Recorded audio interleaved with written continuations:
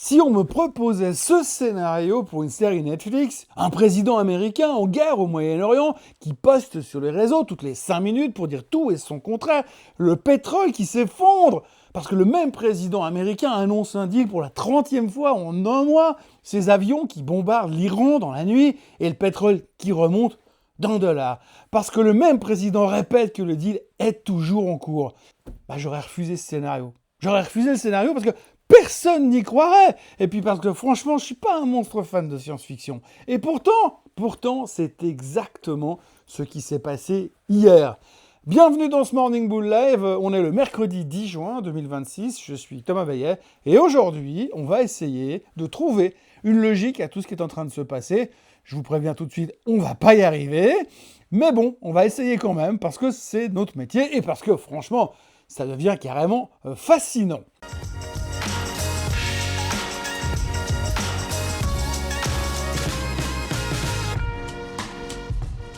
Cette émission vous est présentée par Swissquote. Alors avant toute chose, ce que vous allez entendre et voir dans cette vidéo n'est pas un conseil financier, c'est mon avis, mon analyse et parfois mon humeur du jour. Par contre, si vous voulez comprendre la bourse, là, vous êtes au bon endroit. Bon, on reprend depuis le début, parce que là, vraiment, il faut remettre les événements dans l'ordre, parce que si vous avez suivi les infos hier en sautant d'un titre à l'autre, vous avez dû avoir l'impression d'être dans un épisode de Black Mirror, écrit par quelqu'un complètement bourré. Tout commence donc lundi soir à New York, au Madison Square Garden, match numéro 3 des finales NBA. Trump sort de la salle et annonce que le deal avec Téhéran sera signé dans les 2 semaines. Le détroit d'Ormuz rouvrira immédiatement après la signature selon lui. C'est la 30e déclaration, 40e, je ne sais même plus combien, on s'en fout, depuis le 28 février. On est bien d'accord, ça devient complètement débile. Au point que l'histoire de Pierre et le loup devient carrément plus crédible que celle de Donald Trump et de l'Iran. Mais les marchés, eux, aussi fou que ça puisse paraître, ils ont adoré. Le pétrole a plongé de 3%, c'est logique, hein, deal en vue, barils qui vont arriver dans tous les sens, les prix qui baissent. On imagine déjà les stations-service qui vont casser des prix pour être sympas avec leurs clients, un plein acheté, un plein offert, avec une petite figurine de Trump qui hoche la tête en cadeau pour mettre sur le tableau de bord. Et puis mardi, tout bascule. Un Apache A-64 patrouille au-dessus du détroit d'Ormuz, un drone iranien le percute, l'appareil s'écrase près des côtes d'Oman, les 2 pilotes sont dans l'eau, il fait nuit, 2 heures à flotter en attendant d'être secouru par, devinez quoi, un bateau drone, un Sarolik Corsair piloté à distance. Premier sauvetage maritime du genre dans l'histoire militaire américaine. Je crois que c'est même dans l'histoire militaire tout court. L'histoire est incroyable. D'ailleurs, on pourra probablement faire une mini-série à la rentrée. Mais bon, visiblement, là tout de suite, c'est pas vraiment le sujet. Le sujet, c'est ce qui se passe après. Oui, parce que Trump, le matin même, avait dit au Wall Street Journal que c'était pas un gros truc, cet accident d'hélicoptère, et que le pilote allait bien. Et puis, il a eu un briefing avec Exet, le chef d'état-major. On ne sait pas trop ce qu'ils se sont dit, ce qui s'est passé, mais il a changé d'avis. J'ai envie de dire, comme d'habitude.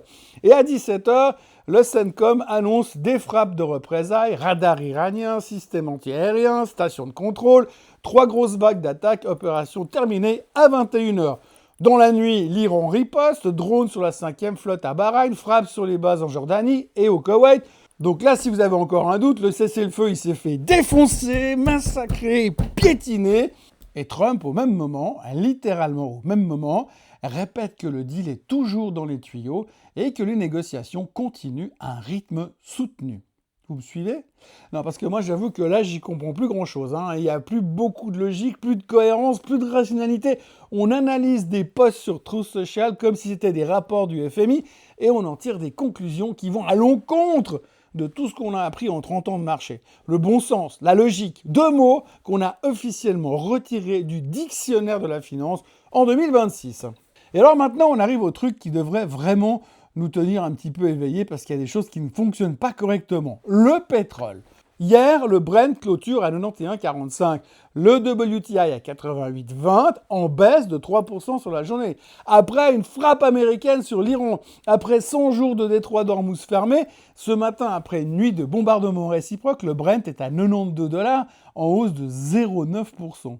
Grosso modo, une hausse de 1 $. Le pétrole baisse quand Trump parle de paix et il ne remonte presque pas quand les bombes tombent, parce que Trump dit que quand même, le deal il avance. Oui, on se tire dessus entre gens civilisés maintenant, hein. Ça n'empêche pas de négocier quand même. Un cessez-le-feu qui se fait piétiner toutes les 3 heures, c'est quand même techniquement un cessez-le-feu. Et ça, c'est une bonne nouvelle. Alors pourquoi le pétrole ne s'envole pas ? La première chose, c'est qu'on est en train de changer de switch dans nos têtes, en fait. C'est que les marchés pétroliers sont entrés dans cette guerre avec des stocks qui étaient quand même relativement élevés. On a donc pu amortir le choc. On se rassure comme on peut. On convient que c'est pas le même discours qu'il y a 3 semaines, mais on change assez rapidement. Donc il paraît qu'on a amorti le choc. Les réserves mondiales ont joué leur rôle d'amortisseur. L'autre point, c'est que les exportations américaines, brésiliennes, angolaises ont compensé une partie des volumes manquants. Le Brésil, par exemple, a produit à lui tout seul 800 000 barils de plus par jour sur les 4 premiers mois de l'année. Et puis alors, depuis hier, entre accords de paix à venir, bombardements diplomatiques et autres amabilités militaires, la demande mondiale, semble-t-il, se rétracte discrètement, silencieusement. JP Morgan a envoyé une analyste en Chine le mois dernier et elle est revenue avec un chiffre. La Chine consomme 9% de pétrole de moins qu'avant le conflit. Bon, pas parce que le gouvernement a ordonné des économies d'énergie, pas parce qu'il y a des restrictions officielles, les consommateurs chinois ont juste fait un choix économique silencieux. Ils sont forts ces Chinois. Moins de vols domestiques qui sont devenus trop chers, plus de bus, plus de transports en commun, des adaptations graduelles presque invisibles. La Chine représente aujourd'hui 74% du recul des importations mondiales de pétrole. Elle absorbe le choc.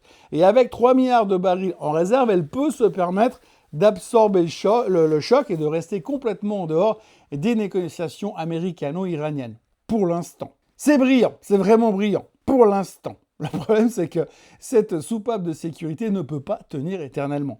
L'EIA américaine l'a dit hier sans détour, les stocks des grandes économies mondiales s'orientent gentiment vers leurs niveaux les plus bas depuis 23 ans. Et ça, c'est juste après que les mecs de chez Exxon et Chevron nous aient déjà dit la même chose il y a 10 jours. Les amortisseurs fonctionnent, mais chaque jour qui passe nous rapproche d'une réalité qu'on risque de beaucoup moins apprécier.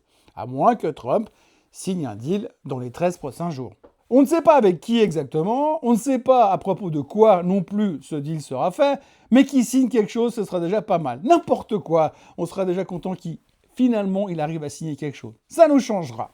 Bon, maintenant, on va parler de ce qui s'est quand même passé à Wall Street hier, parce que la séance mérite quand même qu'on s'y arrête 2 secondes. Hein. C'était pas juste de la volatilité, hein. C'était quelque chose de différent. Un doux mélange entre schizophrénie et paranoïa. À l'ouverture, tout semblait repartir pour le mieux. Les semi-conducteurs menaient la danse, le rebond post-Broadcom semblait tenir, et puis, progressivement, la pression vendeuse s'est installée. Et quand Trump a confirmé la destruction de l'Apache en milieu d'après-midi, quelque chose s'est cassé. Le Nasdaq plonge de 4% en ligne droite comme si quelqu'un avait tracé une barre rouge verticale sur le chart avec un gros marqueur. Le SOX, l'indice des semi-conducteurs, touche moins 8,5% en intraday. Marvell, moins 14%. Qualcomm, moins 9%. Apple, moins 3,6%, juste parce que ça faisait partie des titres qu'il fallait taper dessus. Et puis, retournement spectaculaire. Regardez le chart du SOX entre le plus bas et le plus haut, c'était près de 1000 points de rebond. Le Nasdaq reprend 3% depuis ses plus bas, clôture à moins 1,12, le S&P 500 finit à moins 0,26, le VIX qui avait bondi à 23 termine à 19,87. Alors comment on explique ça ? 2 théories. La première, c'est une brigade anti-crash, cette mystérieuse task force entre la légende urbaine et le conte de fées qui interviendrait pour éviter les effondrements au moment les plus critiques. Et là, franchement, le timing est suspect. On est à 72 heures de l'IPO de SpaceX, la plus grande introduction en bourse de l'histoire. Personne ne veut d'un crash cette semaine, personne ne peut se le permettre. La deuxième raison, c'est plus technique. Le Nasdaq a touché exactement sa moyenne mobile des 50 jours, un niveau que les algorithmes et les CTAs, les stratégies quantitatives, sont programmées pour défendre mécaniquement. Le rebond n'est pas venu des fondamentaux, il est venu des robots. Le Barron's titrait d'ailleurs hier soir, la séance chaotique du Nasdaq montre que les robots ont pris le contrôle des marchés. C'est rassurant. Mais derrière la volatilité de surface, il y a un signal de fond bien plus inquiétant. Les factures de l'IA commencent à arriver. Prenez l'exemple de Supermicro Computer. Ils ont 39 milliards de commandes IA et ils ont annoncé hier soir une levée de fonds de 7 milliards de dollars. Pourquoi ? Bien parce qu'elle affiche 6,8 milliards de cash flow négatif sur 12 mois. Le modèle économique de l'IA est brillant sur le papier, mais il détruit du cash à une vitesse terrifiante dans la réalité. Alphabet a levé 80 milliards la semaine dernière. Meta envisage de faire pareil. Ces méga compagnies qui généraient du cash comme des imprimeries sont soudainement toutes à la recherche de capitaux frais parce que c'est devenu investi ou crève. Et ça tombe tellement bien, avec l'inflation qui repart et les taux qui vont monter, emprunter va devenir beaucoup plus facile et beaucoup moins cher. Ouais, j'ironise. Et ce soir, Oracle va publier ses résultats, le premier vrai test post-correction. Est-ce que la demande IA se traduit enfin réellement avec du cash ou est-ce qu'on continue à accumuler de la dette pour financer des data centers dont on ne verra les revenus que dans 5 ans ou 10 ans ou jamais? Réponse ce soir avec les chiffres d'Oracle. Et puis alors, cet après-midi, on aura le CPI du mois de mai. Et là, franchement, c'est le chiffre de la semaine. Le consensus est à 4,2% en rythme annuel, plus haut depuis mai 2023. Le corps est à 2,9% et la dynamique mensuelle projetée à plus de 0,5%. Presque 3 fois une augmentation mensuelle normale. Si ça sort à 4,2% ou en dessous, c'est dans les prix. Le marché respirera au-dessus. Ça va être moins drôle. Et le patron du bureau des statistiques américain, le BLS, peut commencer à mettre son CV à jour si ça sort au-dessus des 4,2%. Parce qu'il va se faire virer. Mais au-delà des chiffres de cet après-midi, il y a quelque chose de plus profond qu'on n'évoque pas assez. Le consommateur américain est en train de lâcher. En silence, mais il lâche. 43,6% des Américains se disent financièrement moins bien qu'il y a un an. C'est le 3e mois consécutif que ce chiffre monte. Le gallon d'essence est à 4,30, les salaires progressent à 3,5%, pendant que l'inflation serait à 4,2%. L'arithmétique est implacable, brutale et logique. Il y a appauvrissement. Kevin Warsh, le nouveau président de la Fed, nommé par Trump pour être accommodant, hérite donc d'une inflation au plus haut depuis 3 ans et d'une guerre au Moyen-Orient qui pousse les prix de l'énergie vers le haut, indépendamment de n'importe quelle politique monétaire. Donc ça va pas être facile. La BCE, elle, montera ses taux demain de 25 points de base à 2,25, première variation en un an. La vraie question sera la guidance qui va venir derrière. Qu'est-ce que Mme Lagarde a l'intention de faire ensuite? Mis à part se présenter à la présidentielle française, bien sûr. Ce qui ne serait pas surprenant d'ailleurs, vu qu'il y a bientôt plus de candidats à la présidentielle en France que de Français. Et maintenant, le morceau de résistance, le morceau de la semaine, le truc important, SpaceX. Vendredi, l'IPO de l'année, de la décennie, peut-être même de l'histoire. En début de semaine, on nous disait que c'était sursouscrit 2 fois. 2 fois, c'est déjà bien, Et puis l'appétit a grandi apparemment en 24 heures. Ce matin, on parle de 3,5, voire 4 fois. Certains disent même 5 fois sursouscrit. 250 milliards de demandes pour 75 milliards d'offres. Et pour justifier une valorisation de 1765 milliards de dollars, SpaceX parle aussi à ses investisseurs d'un marché adressable de 23 000 milliards de dollars en IA spatiale. Oui, vous avez bien entendu, l'entreprise qui fait des fusées parle à ses investisseurs d'un marché de 23 000 milliards en IA dans l'espace. Comme si ouvrir un data center orbital, c'était un truc qu'on faisait en 5 minutes avec 3 ingénieurs et une formation de 30 minutes sur Claude. Ce qui est réellement inédit dans cette IPO, c'est que 30% des actions sont réservées aux particuliers. Proportion jamais vue dans une opération de cette taille. On compte donc sur le retail pour faire partie de l'aventure et pour rendre Elon Musk encore un peu plus riche. Moi, je vous dis, c'est juste beau, trop beau. C'est encore un magnifique scénario hollywoodien. Ça me fout les poils et j'ai les larmes qui coulent. Au milieu de tout ça, parce qu'il faut bien une bonne nouvelle quand même quelque part, UBS respire un peu depuis hier puisque le Parlement suisse envisagerait, donc ils envisagent, de ramener des exigences de fonds propres à 70-80% au lieu des 100% proposés initialement. Alors pour la banque qui parlait de 20 milliards de besoins supplémentaires, c'est une bouffée d'air. Le titre a pris 2% pour fêter ça, même si tout ça reste de l'envisagement au conditionnel, donc c'est pas sûr. En conclusion, Trump annonce un deal depuis le Garden, le pétrole baisse de 3%, l'Iran descend un Apache, les marchés chutent de 4%, Trump dit qu'il va frapper, le pétrole ne remonte pas, les frappes partent dans la nuit, le pétrole remonte d'1$, l'Iran contre-attaque sur 4 bases, Trump dit que l'accord avance, les futurs baissent de 0,3%. Voilà où on en est. Le marché vit dans une espèce d'entre-deux de plus en plus inconfortable, l'espoir calculé que ça ne dégénère pas vraiment, la conviction de fond que l'IA va tout sauver à long terme, et une liste de points de friction qui s'allonge chaque matin. Le CPI cet après-midi, les frappes nocturnes, Oracle ce soir, SpaceX vendredi. Il y a une citation d'Eisenhower que j'aime beaucoup, il disait « En préparant une bataille, j'ai toujours trouvé que les plans sont inutiles, mais que la planification est indispensable. » C'est exactement ça. Les marchés en ce moment, les plans ne tiennent plus, mais par contre, il faut quand même continuer à planifier, continuer à regarder, continuer à comprendre, enfin, à essayer de comprendre.